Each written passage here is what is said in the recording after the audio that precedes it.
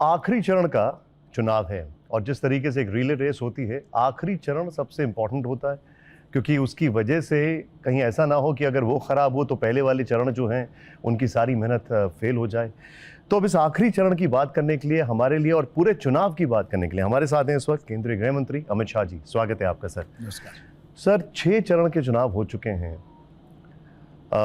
आपकी पार्टी 400 पार का नारा लगा रही है, बार बार ये कहा जा रहा है वो लक्ष्य है, कैसे देखते हैं आप इसको? देखिए, छठे चरण का आकलन मैं ढंग से हमारी कैडर से पूछ नहीं पाया हूं, परंतु 5 चरण में हम सरकार बनाने की प्रक्रिया पूरी कर चुके हैं। भारतीय जनता पार्टी और एनडीए 5 चरण में 310 को पार कर चुके हैं। तो जो आपने शुरुआत में कहा कि अंतिम चरण इधर उधर होता है तो बाकी के बिगड़ न जाए, वो स्टेज निकल चुका है। अब कुछ बिगड़ना करना है नहीं। मोदी जी को तीसरी बार प्रधानमंत्री बनना है और छठा और सातवां मिलाकर हम निश्चित रूप से 400 पार करेंगे। राहुल गांधी की तरफ से कहा जाता है कि अब बीजेपी जो है वो 400 पार का नारा नहीं लगा रही है। आपकी तरफ से ये कहा जाता है कि कांग्रेस 40 पर लाचार। इतनी बुरी हालत रही है उनकी? देखिए, मुझे मालूम नहीं राहुल गांधी किनको बीजेपी मानते हैं। प्रधानमंत्री जी बोल रहे हैं, हमारे राष्ट्रीय अध्यक्ष जी बोल रहे हैं, श्री राजनाथ सिंह जी बोल रहे हैं, मैं बोल रहा हूं। वो बीजेपी किसको मानते हैं मैं समझ ही नहीं पाता। 400 पार का नारा या 400 पार का ये जो टारगेट था ये दिया किसने? आपने? 400 पार का नारा ये नारा नहीं है। देश ने 30 साल तक अस्थिर सरकारों के कारण बहुत कुछ भुगता है। 30 साल तक मिलीजुली सरकारें रहीं और वो 30 साल हमारे देश के 75 साल के आजादी के बाद के इतिहास का सबसे बुरा कालखंड था। एक प्रकार से दुस्वप्न था। सरकारें हमारी भी बनी, इनकी भी बनी, निर्णय नहीं कर पाते थे, नीतियां नहीं बन पाती थी, दृढ़ता से फैसले नहीं होते थे। फिर भी अटल जी ने तो बहुत अच्छे तरीके से चलाया। उसी वक्त हम एटॉमिक पावर भी बने और ढेर सारे कठोर फैसले लिए गए। परंतु जब यूपीए सरकार आई, 10 साल चली और उसके पहले वाली जो सरकारें बनी, वो अस्थिरता के दौर में भारत दुनिया में रेस में काफी पिछड़ गया।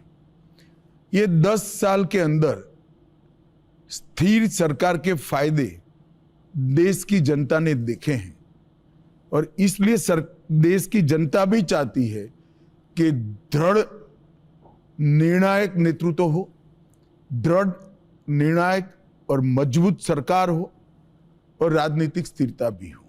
इसलिए हमें 400 पार चाहिए और 400 पार का आशीर्वाद निश्चित रूप से देश की जनता देगी। राहुल गांधी और तेजस्वी यादव वो ये कहते हैं कि ऐसा क्यों कहते हैं ये 400 पार? ऐसा क्या था जो 360 में नहीं कर पाए जो 400 में करना चाहते? क्या करना चाहते हैं उसका सवाल नहीं है। कोई भी पार्टी या कोई भी गठबंधन अपना लक्ष्य नीचा रखेगा या ऊपर रखेगा। तो 370 तो हमें जनता ने दे ही दिए थे, इसलिए 400 ये नहीं समझ पाएंगे क्योंकि ये तो अभी 100 क्रॉस नहीं कर पाए। इनकी समझ के परे है। आपको लग रहा है इसमें उलझिए मत। आपको लग रहा है कि वो 100 भी पार नहीं कर पाएंगे? नहीं, मैंने ऐसा नहीं कहा। अभी की जो स्थिति है तो वही है। उनका ये कहना है कि ये 400 का टारगेट इसलिए रखा है क्योंकि अमित शाह जी चाहते हैं कि कांग्रेस को खत्म कर दिया जाए। नहीं, एक जमाने में कांग्रेस ने भी 400 पार किया था। हम तो खत्म नहीं हुए भाई। ये खत्म करने की भारतीय जनता पार्टी की मानसिकता ही नहीं है। हम बढ़ना चाहते हैं, इसका मतलब किसी को खत्म करना नहीं होता है। अरविंद केजरीवाल कहते हैं कि वो जेल जाएंगे इसी तरीके से तो उनकी पार्टी को झाड़ू लगा दी जाएगी। अब मुझे लगता है कि अरविंद जी ने जेल क्यों जा रहे हैं इसकी मीमांसा करनी चाहिए और अपना उत्तराधिकारी कौन होगा वो तय करना चाहिए। अभी उन्होंने फिर से 7 दिन का और एक्सटेंशन मांगा है। क्या लगता है आपको, इससे बीजेपी को कोई खतरा है? हमें क्या खतरा हो सकता है भाई, ये तो सुप्रीम कोर्ट ने तय करना है। क्या आपको ऐसा लगता है कि जो उनका आरोप है कि कई सारे नेता जो हैं वो या तो जेल भेजे जा रहे हैं या जाने वाले हैं और उनकी पार्टी को है पूरी तरीके से ख़त्म करने की कोशिश की जा रही है। देखिए, एक जमाने में इंदिरा जी ने इस देश के 1,30,000 राजनीतिक कार्यकर्ताओं को जेल में भेज दिया था, उससे कोई खत्म नहीं हुआ। मगर आप भ्रष्टाचार करोगे, आप सारे वादे तोड़कर भ्रष्टाचार के खिलाफ लड़कर उन्होंने अपनी पार्टी बनाई। पहले कहते थे मैं तो राजनीति में नहीं आऊंगा, आ गए। फिर कहते थे हम भ्रष्टाचार के खिलाफ लड़ाई लड़ेंगे। आज कांग्रेस के साथ मिलकर वो, जिस कांग्रेस के भ्रष्टाचार के मुद्दे पर वो सत्ता पर आए थे, इसके साथ मिलकर वो चुनाव लड़ रहे हैं। खत्म आरोप से नहीं होता है, खत्म आपकी वादा खिलाफी से होता है। और मेरी बात याद रखना, दिल्ली की 7 सीट भारतीय जनता पार्टी जीत रही है, दोनों पार्टियों के एक साथ मिलने के बाद भी।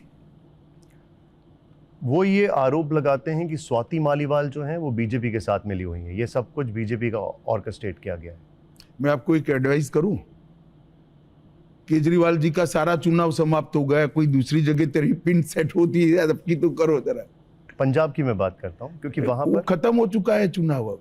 नहीं, मैं पंजाब वहां कुछ नहीं है। अगर मैं पंजाब की बात करूं, पंजाब में आम आदमी पार्टी और कांग्रेस अलग अलग चुनाव लड़ रहे हैं। दिल्ली में उन्होंने एक साथ चुनाव लड़ा, आप इसको कैसे देखते हैं? नहीं, देखिए, गठबंधन जो है सिद्धांतों के आधार पर नहीं हुआ है, अपने अपने स्वार्थ के आधार पर ये गठबंधन बना है। अगर सिद्धांतों के आधार पर गठबंधन बनता तो पूरे देश में गठबंधन होता। ये गठबंधन का स्थिति देखिए, ममता जी ना कांग्रेस के साथ है ना कम्युनिस्टों के साथ है, तीनों इंडी अलायंस का हिस्सा है।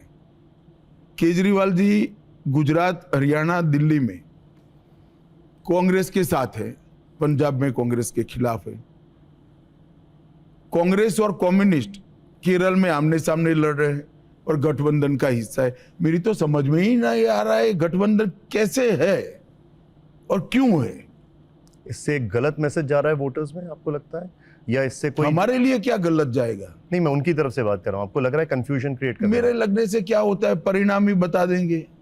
आप और अकाली दल पंजाब में अलग अलग चुनाव लड़ रहे हैं, इससे आपकी पार्टी पर पंजाब में क्या इम्पैक्ट होगा? आखिरी चरण बड़ा फोकस। निश्चित रूप से हमें फायदा होगा।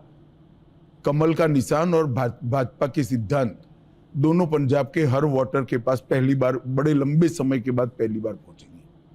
इससे भारतीय जनता पार्टी को कोई नुकसान नहीं है। हम हमारी सीट और वोट प्रतिशत दोनों में बढ़ोतरी करेंगे। पंजाब में एक बहुत बड़ा इशू था नशा मुक्ति को लेकर। जैसे जैसे चुनाव का वहां पर जोर पकड़ रहा है, वो मुद्दा कहीं ना कहीं आम आदमी पार्टी जिस वो चुनाव का मुद्दा लेकर आई वो गायब हो गया। उस मुद्दे पर कोई बातचीत नहीं हो रही है। कैसे होगा पंजाब में नशा मुक्ति? देखिए, जहां तक कंप्लीट नशा मुक्ति की बात है, इसमें राज्य सरकार का सहकार बहुत जरूरी है। परंतु नरेंद्र मोदी सरकार दृढ़ निश्चयी है, पंजाब समेत पूरे देश से नशे के कारोबार पर नकेल कसने के लिए। 5 साल के अंदर मोदी सरकार ने ढेर सारे काम इस दिशा में करे हैं। हमने जिला स्तर से लेकर राष्ट्रीय स्तर पर 4 स्तर पर एक कमेटी बनाई है और सिर्फ पुलिस नहीं, पूरी सरकार के सभी डिपार्टमेंट, शिक्षा, सामाजिक न्याय, आरोग्य, वित्त, गृह विभाग, ये सारे डिपार्टमेंट मिलकर एक संयुक्त कॉन्क्रीट लड़ाई हम नशे के खिलाफ लड़ रहे हैं और इसके बहुत अच्छे नतीजे भी मिले हैं। ढेर सारे, आप 10 सालों का कंपैरिजन करोगे तो अनेक गुना बढ़ोतरी नशे के कारोबार को पकड़ने में भारतीय जनता पार्टी के मोदी जी के शासन में हुई।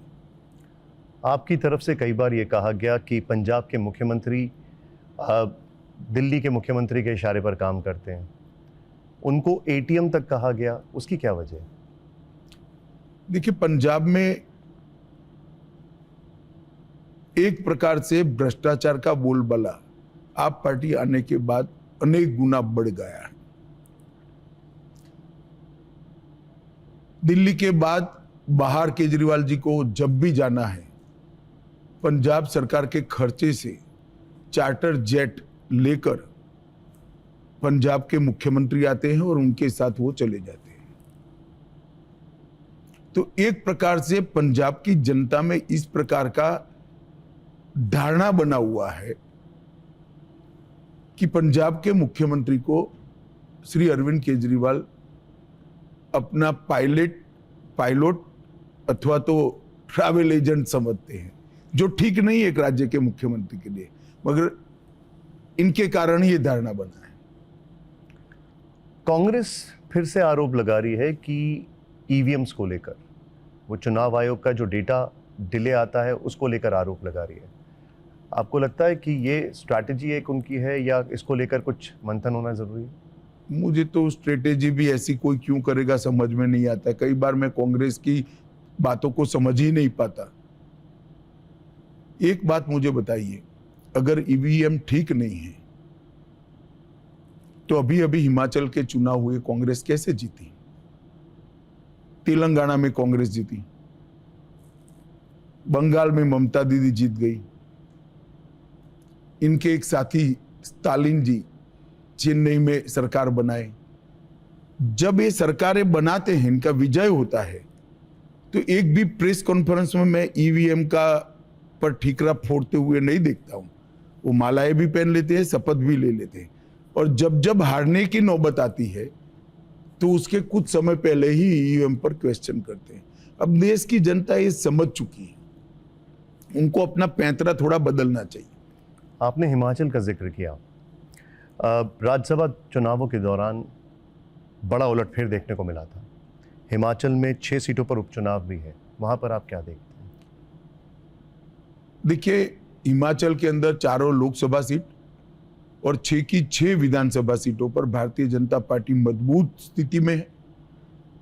वहां इतने कम समय में कांग्रेस की सरकार की वादा खिलाफी के कारण एक बहुत बड़ा अनरेस्ट मैं देख रहा हूं, और इसका नतीजा निश्चित रूप से भारतीय जनता पार्टी के पक्ष में आएगा।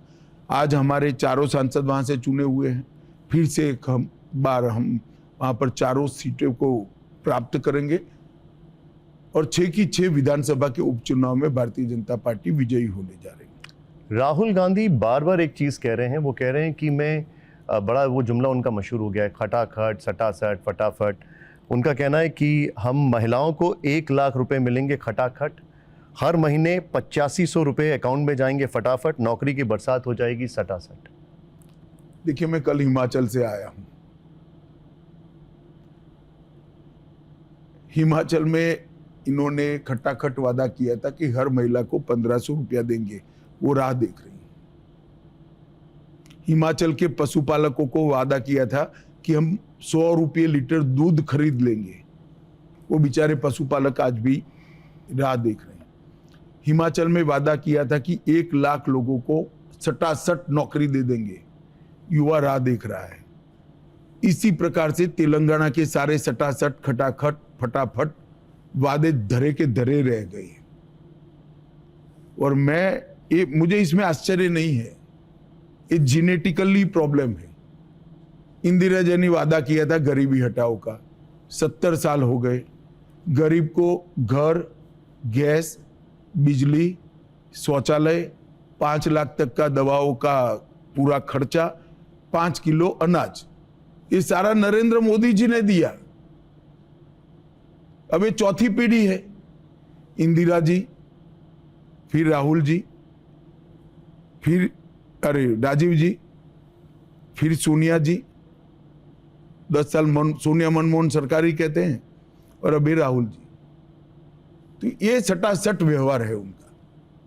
लेकिन उसी हिमाचल में राहुल गांधी ने ये कहा कि जो अग्निवीर स्कीम है, हमारी सरकार बनेगी तो मैं इसको फाड़ कर फेंक दूंगा, इससे हमारे जितने भी युवा हैं उनका सिर्फ नुकसान पहुंच रहा है। वो मंच पे अग्निवीरों को बुलाकर बोल रहे हैं कि देखो कितना नुकसान पहुंच रहा है। देखिए, राहुल जी का सबसे बड़ा प्रॉब्लम है कि वो आधा पेज से ज्यादा पढ़ नहीं सकते, और ये पूरी योजना है वो समझे ही नहीं है। अग्निवीर योजना क्या है? अग्निवीर योजना सेना के जवानों की एवरेज आयु कम करने के लिए है। अग्निवीर, उदाहरण के लिए आप मान लीजिए कि 100 अग्निवीर सिलेक्ट होते हैं, उसमें 25 तो सेना में परमानेंट नौकरी में चले जाएंगे जिनको सारे बेनिफिट मिल रहे हैं, और जो 75 है उसके लिए सेंट्रल पैरामिलिट्री फोर्सेस और बीजेपी शासित सभी राज्य सरकारों ने पुलिस और पैरामिलिट्री फोर्सेस में इनके लिए रिजर्वेशन रखा है। आयु का रिलैक्सेशन दिया है, मेडिकल एग्जामिनेशन में उनको रिलैक्सेशन दिया है, और एग्जामिनेशन में भी वेटेज दिया है। तो एक भी अग्निवीर जो वहां से 75 अग्निवीर वापिस आएंगे, एक भी बेकार नहीं रहने वाला है। अग्निवीर जो वापिस आएंगे, इससे 2.5 गुना जगह उनके लिए रिजर्व पड़ी है। पैरामिलिट्री फोर्स और स्टेट पुलिस के अंदर ये अग्निवीर पूरा समय का नौकरी करेंगे। इनको प्रोविडेंट फंड भी मिलेगा, ग्रेजुइटी भी मिलेगी, और पूरा जीवन सुरक्षा बल में, सेना, पुलिस या तो सुरक्षा बलों में नौकरी करेंगे। तो वो 25 और 75 किसी को घर नहीं जाना है। मगर एक कांग्रेस के लोग झूठ बोलने के आदी हैं। इनका नियम है झूठ बोलना, सार्वजनिक रूप से बोलना, जोर से बोलना और बार बार बोलना। तो अब राहुल जी काउंटिंग तक ये झूठ बोलते रहेंगे, फिर वैकेशन पर जाएंगे, लंबे वैकेशन पर आने के बाद नया झूठ ढूंढेंगे। अब ये मेरा आपसे जानना है, आपने कहा कि राहुल गांधी और अखिलेश यादव विदेशों में चले जाएंगे छुट्टी मुझे पर। तो आप जैसे एक पत्रकार ने कहा तो मैं बताता हूं, पत्रकार के हवाले से भी बताता हूं। मगर जो पास्ट रहा है इनका राजनीति में आने के बाद, जब जब यहाँ पारा बढ़ता है गर्मी का, वो वैकेशन पर चले जाते हैं। आप खुद कैसे स्ट्रेस आउट करते हैं अपने आप को? स्ट्रेस आउट क्या करना है, वो तो ट्रेस आउट क्या करना है, वो तो दिखाई पड़ता है।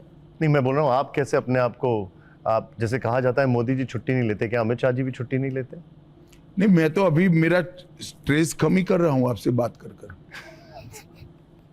मैंने सुना है कि आप घड़ी नहीं पहनते हैं, आप तोहफे नहीं लेते हैं, फिल्मों को ज्यादा शौक नहीं है। चले, ऐसी व्यक्तिगत बातों में नहीं पड़ना चाहिए। ठीक है। मैं सार्वजनिक जीवन में जो हूं वो सबके सामने हूं। एक बड़ा सवाल जो अब सबके सामने रखा जा रहा है वो ये है कि जैसे ही 400 पार हुआ उसके बाद ये लोग संविधान बदल देंगे, ये चीजें बदल देंगे। कांग्रेस बार बार कह रही है, आप लोगों के ऊपर आरोप लगा है। उनके पास कोई एजेंडा नहीं है।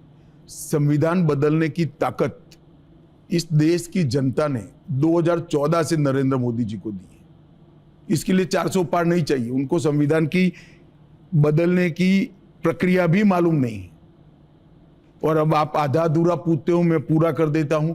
वो आरक्षण के रेफरेंस में ही कह रहे हैं कि आरक्षण छीन लेंगे, भारतीय जनता पार्टी आरक्षण छीन लेगी। आरक्षण पर डाका डालने का काम कांग्रेस पार्टी ने किया है। हम पर तो आरोप लगा है, इन्होंने तो कर चुके हैं कर्नाटक और हैदराबाद में, और ममता बनर्जी ने बंगाल में मुसलमानों को आरक्षण देकर पिछड़ा समाज के आरक्षण पर, एससी के आरक्षण पर, एसटी के आरक्षण पर डाका डालने का काम किया है। मैं आज देश की जनता के सामने आपकी चैनल के माध्यम से स्पष्ट करना चाहता हूं कि जब तक भारतीय जनता पार्टी का एक भी सांसद संसद में है, हम आरक्षण को हाथ नहीं लगाने देंगे। ये नरेंद्र मोदी जी का देश को गारंटी है। लेकिन इसमें एक और टेक है, वो ये है कि आपकी पार्टी के कई नेताओं की तरफ से ये कहा गया, ऐसे स्टेटमेंट्स आ रहे हैं कि मुस्लिमों का आरक्षण जो है वो ख़त्म हो जाएगा, जो ओबीसी में जो मुस्लिम्स हैं उनको वहाँ से हटा दिया ऐसा किसी ने नहीं कहा है। हमने मुस्लिम आरक्षण खत्म करेंगे ऐसा कहा है, और जो मैं मानता हूँ गैर संवैधानिक है। हमारा संविधान धर्म के आधार पर किसी को आरक्षण का मान्यता नहीं देता है। इन लोगों ने अपनी वोट बैंक की पॉलिटिक्स के कारण धर्म के आधार पर आरक्षण दिया है, और वो जरूर खत्म होना चाहिए। लेकिन इसमें सर आपसे थोड़ा सा क्लैरिफिकेशन ज़रूरी है, जो मुसलमानों में पिछड़ा वर्ग है, क्या वो भी इससे हट जाएगा? क्या वो भी इससे? देखिए, पिछड़ेपन का सर्वे करने का सुप्रीम कोर्ट का ऑर्डर है। पिछड़ा वर्ग आयोग उसका सर्वे करता है। इसमें इरिस्पेक्टिव ऑफ रिलीजन जो पिछड़े हैं सभी को मिलना चाहिए, परंतु सारे के सारे मुसलमानों को आप पिछड़ा गिन लोगे, ये गैर संवैधानिक है, क्योंकि ये धर्म के आधार पर आरक्षण होता है, जो ममता जी ने करा, कर्नाटक में करा, हैदराबाद में करा। तो जो केंद्र की जो सूची है उसमें भी कई जगह मुसलमानों को जो आरक्षण मैंने मिला। कहा, मैं पर्याप्त स्पष्टता कर चुका हूं, मुझे मालूम नहीं है आप समझे या नहीं समझे, जनता समझ जाएगी इससे। और जिस तरीके से चंद्रबाबू नायडू कहते हैं कि हम जो मुसलमानों का आरक्षण है वो कभी नहीं जाने देंगे, इस पर आप क्या कहेंगे? देखिए, चंद्रबाबू नायडू जिस राज्य में, वहां मुस्लिम आरक्षण है ही नहीं। पीओके पर आप इस बार खुलकर बोल रहे हैं, वहाँ आज़ादी के नारे लग रहे हैं, अलग अलग चीज़ें देखने को मिल रही हैं, काफ़ी आक्रोश है। पीओके को लेकर क्या स्ट्रैटेजी है? नंबर 1, इस बार ये समझा जा रहा है कि पीओके जो है वो एक सरकार का अगला एजेंडा है, इसमें कुछ ना कुछ होगा। देखिए, भारत की हर सरकार का एजेंडा पीओके होना चाहिए, क्योंकि पीओके भारत का हिस्सा है और हमारी देश की संसद का कमिटमेंट है, और भारतीय जनता पार्टी का तो पक्का कमिटमेंट है कि पाक ऑक्यूपाई कश्मीर भारत का हिस्सा है, उसको वापस लाना चाहिए। चुनावों में एक बड़ी अच्छी तस्वीर देखने को मिली कश्मीर में, जिस तरीके से वोटिंग हुई, और ये वाकई में एक होप देता है आने वाले विधानसभा चुनावों के लिए। लेकिन सवाल खड़ा ये होता है कि कश्मीर के अंदर बीजेपी ने अपने कैंडिडेट्स क्यों नहीं खड़े किए? जम्मू में किए, कश्मीर देखिए, में क्यों नहीं? हमारा अभी वहां संगठन बन रहा है, और भारतीय जनता पार्टी संगठन बनाने की प्रक्रिया करने के बाद हम जरूर वहां चुनाव लड़ेंगे। क्यों नहीं लड़ेंगे? वो भारत का हिस्सा है, हमें लड़ना ही चाहिए। इस बार जो लोकसभा में नहीं खड़े किए गए कैंडिडेट्स, उसके पीछे की क्या वजह है? मैंने कहा तो, हमारा संगठन अभी वहां बन रहा है। ओमर अब्दुल्ला ये कहते हैं कि 370 को लेकर लोगों में नाराजगी है और बीजेपी को ये बात पता है, इसीलिए उन्होंने अपने कैंडिडेट्स खड़े नहीं किए। देखिए, उमर अब्दुल्ला जी को मैं इतना ही कहना चाहता हूं, जब आपको पसंद थी ऐसी कश्मीर पॉलिसी से कश्मीर चलता था, तब 8% से 12% वोटिंग होती थी, अब 50% होती। नरेंद्र मोदी जी की कश्मीर की पॉलिसी सफल हुई है, इसी का एक उदाहरण है। आज वहां 2 करोड़ से ज्यादा टूरिस्ट जाता है, वहां इंडस्ट्री लगती है, वहां हर घर में बिजली पहुंच गई, हर घर में पीने का पानी पहुंच गया, हर घर में स्वास्थ्य की सुविधाएं पहुंची। उमर अब्दुल्ला जी मुझे ये जवाब दे कि आपके दादा, आपके पिता और आप तीनों मुख्यमंत्री रहे, ये सब पहले क्यों नहीं हुआ? और जब जब टेररिज्म बढ़ता था, अब्दुल्ला परिवार हमेशा इंग्लैंड चला जाता था। इसका कोई जवाब नहीं है इनके पास। और मैं स्पष्टता से बताता हूं कि 370 हटाने के खिलाफ अगर गुस्सा होता तो ऐसे संगठन और ऐसे व्यक्तियों ने भी इस बार वोटिंग की है जो कश्मीर की आजादी के लिए पूरा जीवन लड़े थे। कश्मीर में विधानसभा चुनाव आप कब तक होते हुए देखते हैं? आपको क्या लगता है?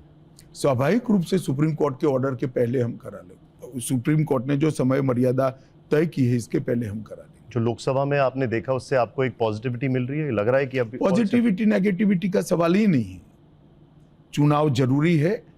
मैंने 5 अगस्त 2019 को भी पार्लियामेंट में कहा था कि सबसे पहले 370 जाएगा, फिर देश का संविधान वहां लागू होगा, फिर रिजर्वेशन के लिए सर्वे होंगे, रिजर्व जातियों की सूची बनेगी, फिर डिलिमिटेशन होगा, उसके बाद चुनाव होगा विधानसभा का, और उसके बाद स्टेटहुड होगा। ये पूरी चीज में 5 अगस्त 2019 को राज्यसभा में और 6 अगस्त 2019 को लोकसभा में कह चुका हूं। देश के प्रधानमंत्री लाल किले से बोल चुके हैं। ये हमारा कमिटमेंट है भैया। अब उड़ीसा की बात करते हैं, वहाँ पर काफ़ी तीखे एक दूसरे के ऊपर हमले हो रहे हैं बीजेपी और बीजेपी में। क्या उड़ीसा में कमल खिल पाएगा? निश्चित रूप से कमल खिलेगा। हम लोकसभा की 17 सीटें जीत रहे हैं और सरकार भी उड़ीसा में भारतीय जनता पार्टी की बनने जा रही है। अब आपके विरोधी जो हैं वो बार बार एक सवाल कहते हैं कि जो नई बीजेपी है वो सिर्फ 2 लोगों की है, उसमें आपका और प्रधानमंत्री जी का नाम लेते हैं। मैं ऐसा नहीं मानता, वो शायद बीजेपी को समझते नहीं है। राहुल गांधी, वो बार बार उनकी तरफ से कहा जा रहा है कि बीजेपी जो है, जो पूरी पार्टी है वो राहुल गांधी और अखिलेश यादव से डरती है। चले, ऐसी चीजों का मैं क्या जवाब दूं। हम तो बच्चे थे तब इनकी दादी से नहीं डरते थे। मैंने खुद नारे लगाए थे, असम की गलियां सुनिए, इंदिरा गांधी खूनी है। इंदिरा से नहीं डरते थे भैया हम, और उस वक्त तो बच्चे थे। यूपी के 2 लड़के आपको लगता है कुछ कर पाएंगे? हाँ हाँ, कर ही लिया था। यहाँ चुनाव लड़े थे हम, 325 सीटें जीते थे। 2 लड़के ही तो थे जो चुनाव लड़ने आए थे। ऐसा ही कुछ परफॉर्मेंस करेंगे यहाँ वो। मैं अगर बंगाल की बात करूं, खासकर बंगाल चुनावों की अगर बात करूं, बंगाल के चुनावों में इस बार आप लोगों को क्या लग रहा है, खासकर ये देखते हुए कि दीदी बार बार कह रही हैं कि संदेश खाली को बड़ा बनाया गया, ऐसा कुछ था नहीं। अगर ऐसा ही है तो उनको क्यों स्पष्टता करनी पड़ रही? कुछ नहीं है तो भूल जाओ। ममता दीदी के लिए शर्म की बात है कि एक महिला मुख्यमंत्री के नाक के नीचे धर्म के आधार पर सैकड़ों महिलाओं का जातीय शोषण हुआ है। इससे ज्यादा शर्म की बात कोई हो नहीं सकती।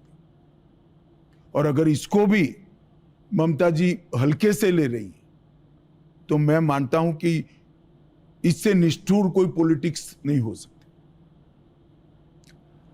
उन्होंने एक बहुत गंभीर आरोप लगाया कि आप लोग संदेश खाली का नाम लेते हैं, लेकिन अगर बात प्रज्वल रेवन्ना की जाए तो उसको वापस लाने में कामयाब नहीं होते। देखिए, मुझे एक बात बताइए, प्रज्वल रेवन्ना जहां ये घटना हुई वहां शासन किसका है? कांग्रेस पार्टी का है। लॉ एंड ऑर्डर किसके हाथ में होता है?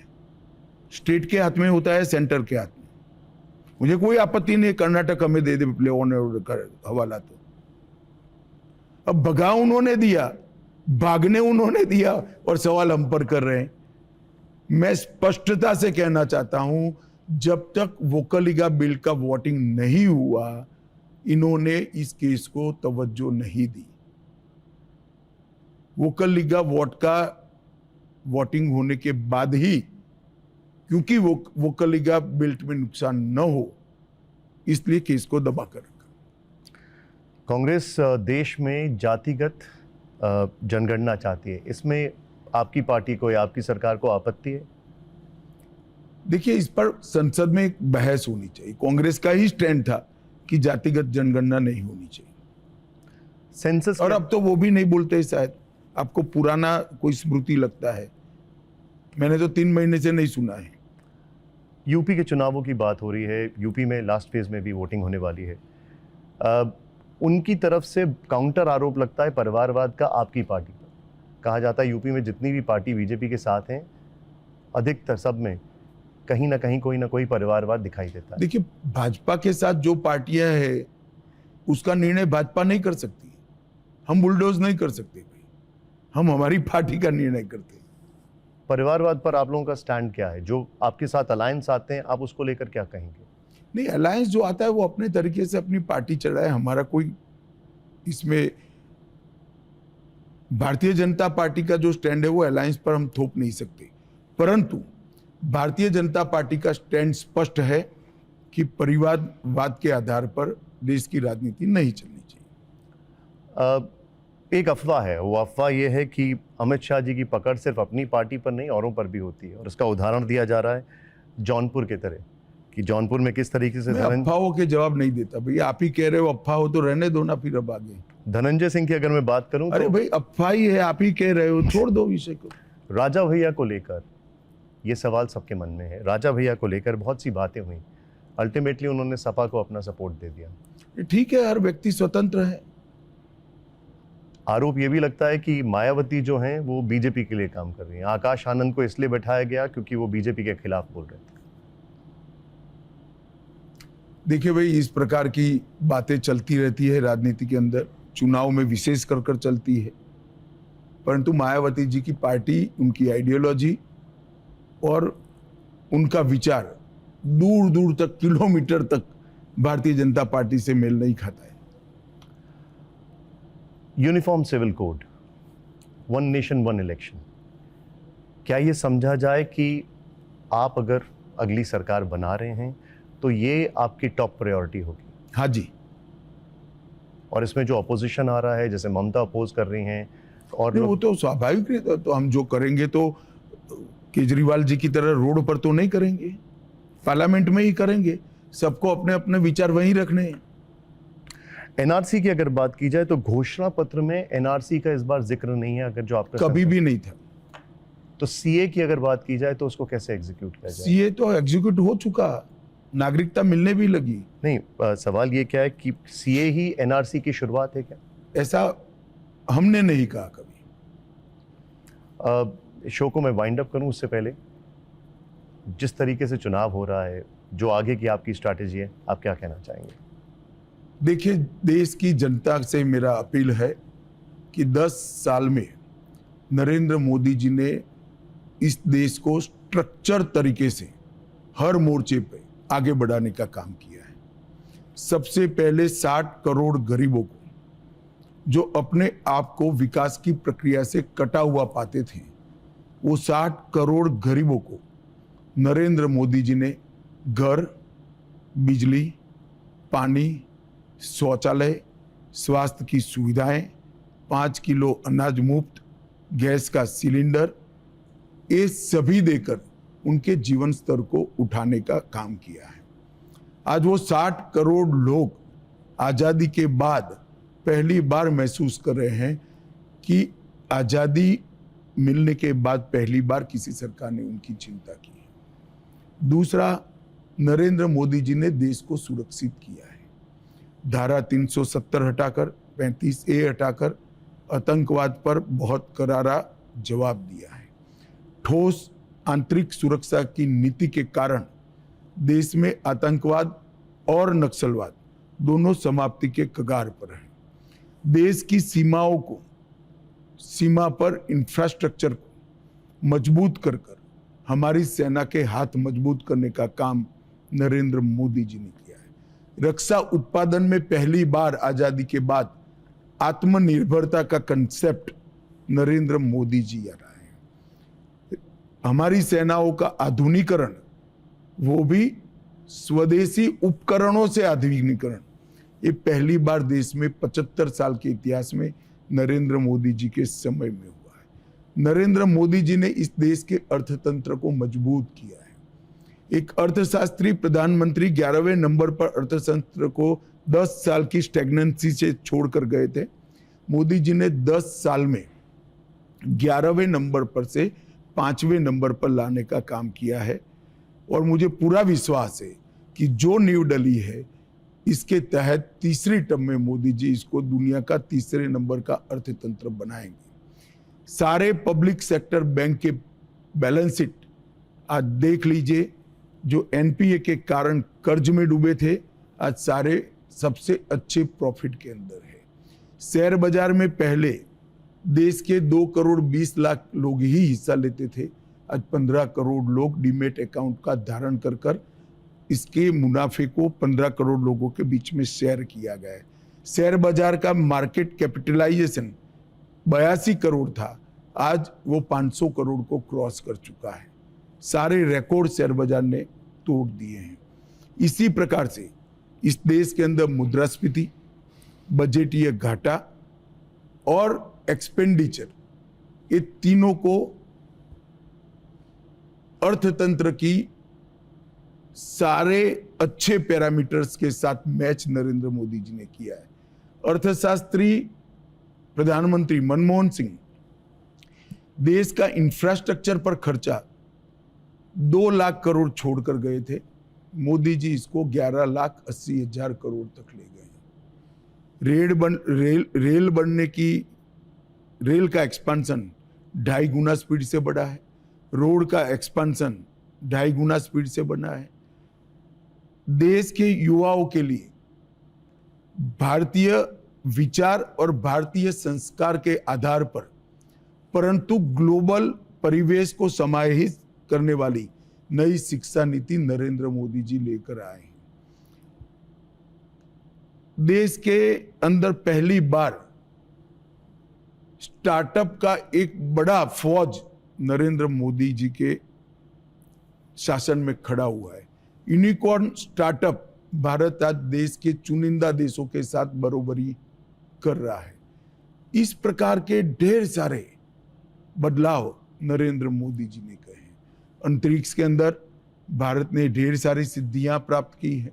इसी प्रकार से इकोनॉमी में इमर्जिंग सेक्टर्स के अंदर आज भारत पायोनियर बना है, चाहे वो इलेक्ट्रिकल व्हीकल हो, बैटरी की बात हो, सोलार की बात हो, ग्रीन हाइड्रोजन के मैन्युफैक्चरिंग की बात हो, या फिर जहां हम पीछे थे डिफेंस में मैन्युफैक्चरिंग की बात हो, सेमीकंडक्टर की बात हो, इलेक्ट्रॉनिक आइटम के प्रोडक्शन की बात हो, जहां पिछड़े थे वहां हम मैच कर कर आगे बढ़ रहे हैं। तो एक प्रकार से सर्वदृष्टि से सर्वस्पर्शीय और सर्वसमावेशक विकास का एक अद्भुत मॉडल नरेंद्र मोदी जी ने भारत को दिया है। कोरोना जैसी सहस्त्राब्दी की सबसे कठिन महामारी बहुत अच्छे तरीके से जनता का साथ लेकर नरेंद्र मोदी जी ने भारत को बचाने का काम किया है। जब मोदी जी नारा देते थे जनता कर्फ्यू, दिया जलाओ, थाली बजाओ, सारे वामपंथी विचारधारा वाले लोग और कांग्रेस पार्टी मजाक उड़ाती थी, मगर जो सामूहिक मन बना कोरोना के खिलाफ लड़ने का, इसका नतीजा है कि आज पूरी दुनिया स्वीकार करती है कि भारत ने कोरोना के खिलाफ सबसे सफल लड़ाई लड़ी है। हमने वैक्सीन भी दुनिया में सबसे तेजी से बनाई और 130 करोड़ लोगों को वैक्सीन से डोज देकर आज सुरक्षा देने का काम नरेंद्र मोदी जी ने किया है। और मोदी जी ने सबसे बड़ा काम आजादी के अमृत महोत्सव में इस जनता का 130 करोड़ के देश की जनता का कलेक्टिव सेल्फ कॉन्फिडेंस और सामूहिक संकल्प महान भारत की रचना के लिए मजबूत तरीके से निर्धारित कराने का काम किया है। आज देश का 5 साल का बच्चा से लेकर 30 साल का युवा ये मानते हैं कि यह देश 2047 में जब देश की शताब्दी मनाई जाएगी दुनिया में टॉप पर होगा, नंबर 1 पर होगा। ये आत्मविश्वास के साथ इस संकल्प को सिद्ध करने में 130 करोड़ लोग लगे हैं। मैं मानता हूं ये बहुत बड़ा अचीवमेंट है और इसीलिए देश की जनता फिर से एक बार पूर्ण बहुमत के साथ नरेंद्र मोदी जी को आशीर्वाद दे, ऐसा हमारे देश की जनता को विनती है। और मुझे पूरा भरोसा है, मैं पूरा देश घुमा हूं इस चुनाव के प्रचार में, जहां पर भी जाते हैं लोग नरेंद्र मोदी जी के लिए लामबंद होते दिखते हैं। एक प्रचंड बहुमत के साथ फिर से हमें आशीर्वाद देश की जनता का प्राप्त हो रहा है, इसमें मेरी मन में कोई शक शुबह नहीं है। मैं देश की जनता का भी करबद्ध विनती करना चाहता हूं कि स्थिर सरकारों से इस देश का भविष्य संभला है। तीसरी टर्म फिर से एक बार मोदी जी को प्रचंड बहुमत के साथ दीजिए और हमारे देश को आगे बढ़ने के लिए रास्ता प्रशस्त कीजिए। यही मैं देश की जनता को कहना चाहता हूं। आपकी चैनल का बहुत बहुत धन्यवाद। गृह मंत्री जी, आपको बहुत सारी शुभकामनाएं और बहुत बहुत आभार। Thank you very much. नमस्कार।